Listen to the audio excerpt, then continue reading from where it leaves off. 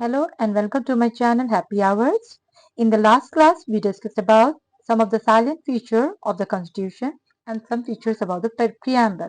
Today, we are going to proceed further and discuss more about the preamble and the different views about it and some of the keywords of the preamble. Preamble, we are having two views about it. And the first view is the conventional view, where the preamble is not a part of the Constitution. Preamble is since the preamble is not numbered and the constitution can very function even without it. This view was given by the Supreme Court in the 1916 in the case in the R.E. Berubari Union case 1916, where R.E. stands for the referred case. Referred case is the case when no individual, no organization have filed the case, but President had referred this to the Supreme Court for their opinion. For more clarity, whenever Parliament is making any law, then if they have to, in this situation, what happened? They were asking whether we can follow the preamble or not.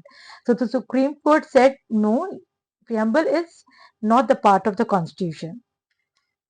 Next, we are having the modern view. It was given by the Supreme Court in the Keshwanand Bharti case in 1973. It is a part of Constitution. In that case, it was said that it is a part of the Constitution. The court held that the preamble was adopted in the same manner as the other provisions of the constitutions were adopted. It means they have discussed and voting was also done in the Constitutional Assembly. So, the preamble is also a part of the Constitution. But preamble is not the supreme power or the source of any restriction or prohibition. But it is always going to play an important role in the interpretation of the provisions of the Constitution. In the conventional view, there was a second thought.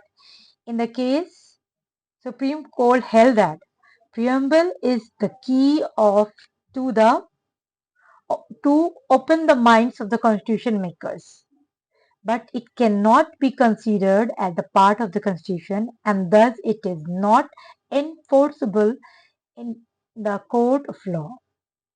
In the modern part, we can say that in the case LIC case in 1995, the Supreme Court held that the preamble is an integral part of the Constitution, but it is not directly enforceable in a court of law. So these are the view about it, and we can understand the preamble is not the part of the Constitution, but it is the soul of the Constitution, and it is going to guide okay what is written in the Constitution. We are getting a preface about it. Now we are going to discuss about some of the keywords in the preamble.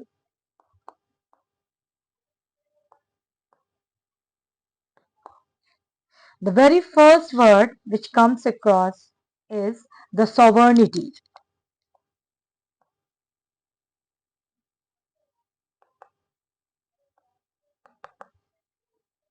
Sovereignty, we all know, our country is sovereign.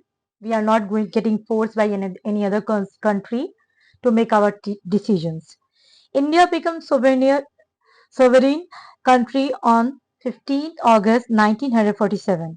From that day, the Indians became the masters of their own destiny. Means we are free to make our own decisions. Now there is a question whether we should be a part of the Commonwealth game or not. Since the Commonwealth is the colonies of British Empire, so we have a doubt whether we should be a part of the Commonwealth or not. Commonwealth is just a game, and during the Cold War it started.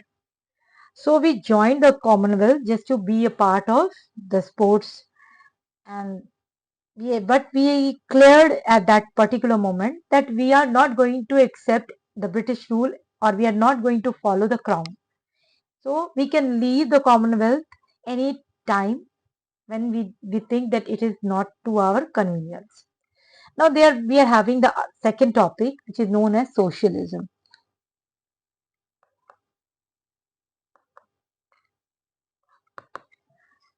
In order to understand the dimensions of Indian socialism, we will have to understand socialism, and in order to understand socialism, we will have to understand capitalism. Now, what is capitalism?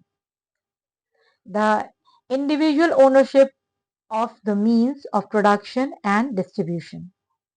One and one is going to be the supreme of the state, like of production and distribution. He is going to be the owner.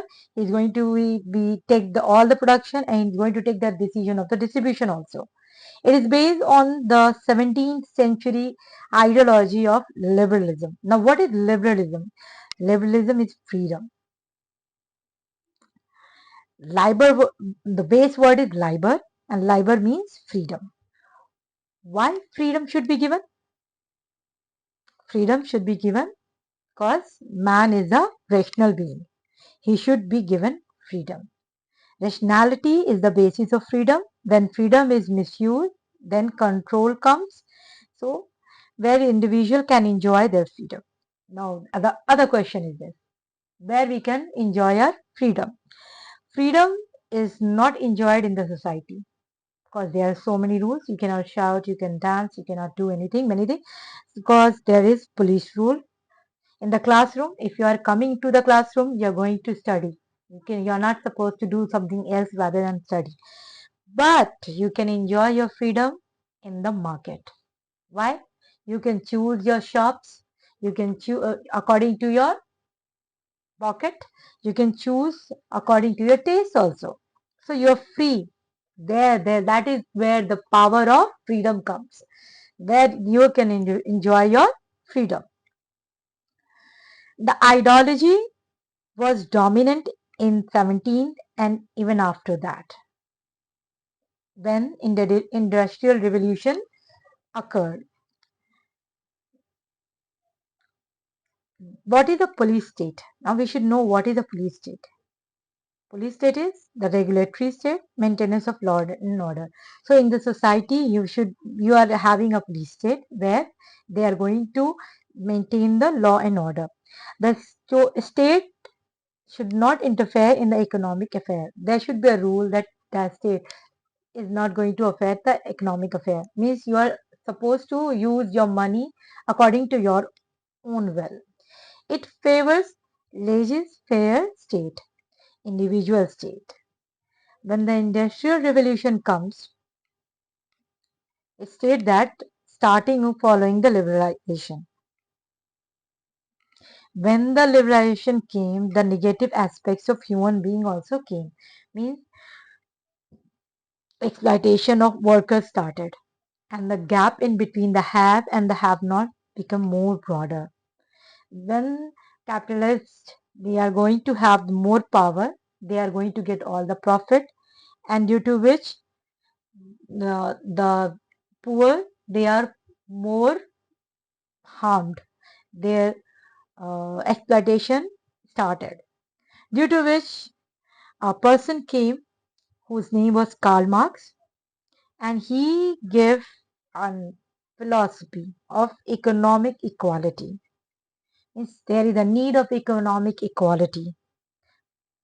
Political equality is power lies with the economically powerful people. That's why there is a need for economical equality. The ideology was dominant ideology during the Industrial Revolution. Under the influence of this ideology, the liberalization, the states did not enact economic policies and labor legislations. During this period, the exploitation nature of the capitalism was visible in the absence of labor laws. The capitalists started making their own laws as per their convenience. The workers were forced to work for more hours but were paid lesser wages. This is called surplus value. As a result of it, the gap between the have and have nots started. increasing in the society, and economic inequality became rampant. Under such circumstances, Karl Marx challenged the ideology of liberalization and held that it is not it was not freedom but economic equality that was the need of the hour. So he said, no, it's not the freedom is required, it's the economic equality which is required in the society. So to maintain the gap in between the have and the have not. Marx held that the exploitation of the workers was in peak during capitalism. The workers will not tolerate such exploitation for the longer time, and there will be a class struggle or revolution. In the revolution, the workers will defeat the capitalists. The capitalism will come to an end and there will be no established socialism. It means there will be establishment of socialism. Now from that view, from the view of Karl Marx,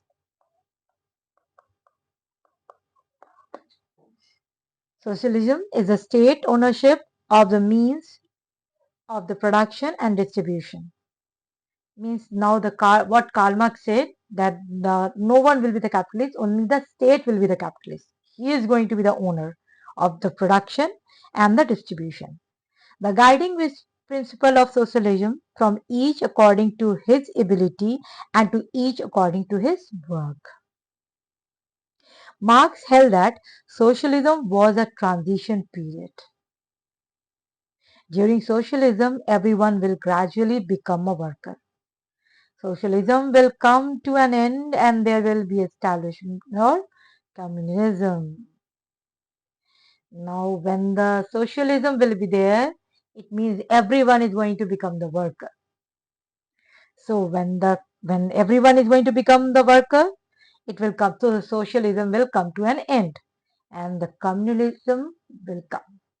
Now, what is the communism? Communism is the classless, stateless society.